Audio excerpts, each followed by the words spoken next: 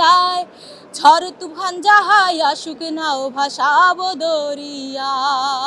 হ্যাঁ, অবশ্যই লালন গীতি আমার পছন্দের জায়গা।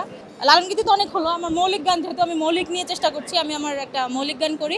একবার ভাবের হাওয়া ধরা দিলে, একবার ভাবের হাওয়া ধরা দিলে ভাঙ্গা নাও জানে যায়, ঝড় তুফান যাহাই আসুক নাও ভাসাবো দরিয়ায়। আমি ঝড় তুফান যাহাই আসুক নাও ভাসাবো দরিয়ায়। মোনালিসা হেভি ফ্লো 15 পিস প্যাকেটের সাথে 8 পিসের একটি প্যাকেট একদম ফ্রি। একবার ভাবের হাওয়া ধরা দিলে,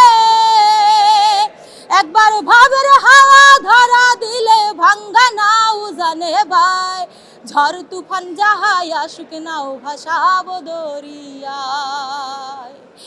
আমি ঝড় তুফান যাহাই আসুক নাও ভাসাবো দরিয়ায়। বর্তমানে আমার পড়াশোনা শেষ হলো, পিএইচডির ব্যাপারে আগাচ্ছি। সম্ভবত খুব সব কিছু ঠিকঠাক থাকলে ইনশাল্লাহ মার্চে বা এপ্রিলে দেশের বাইরে যাব পিএইচডির জন্য। আর মৌলিক গান নিয়ে ব্যস্ততা আছে, যেহেতু আমি লালন গীতিই বেশি করি, বাট আমার কাছে মনে হয় যে আমার নিজস্ব একটা গানের পরিচিতি হোক, যাতে মানুষ চিনবে যে এখন যেটা চিনে লালন কন্যা মিম, মানুষ যাতে চিনে শাহরিন মিম।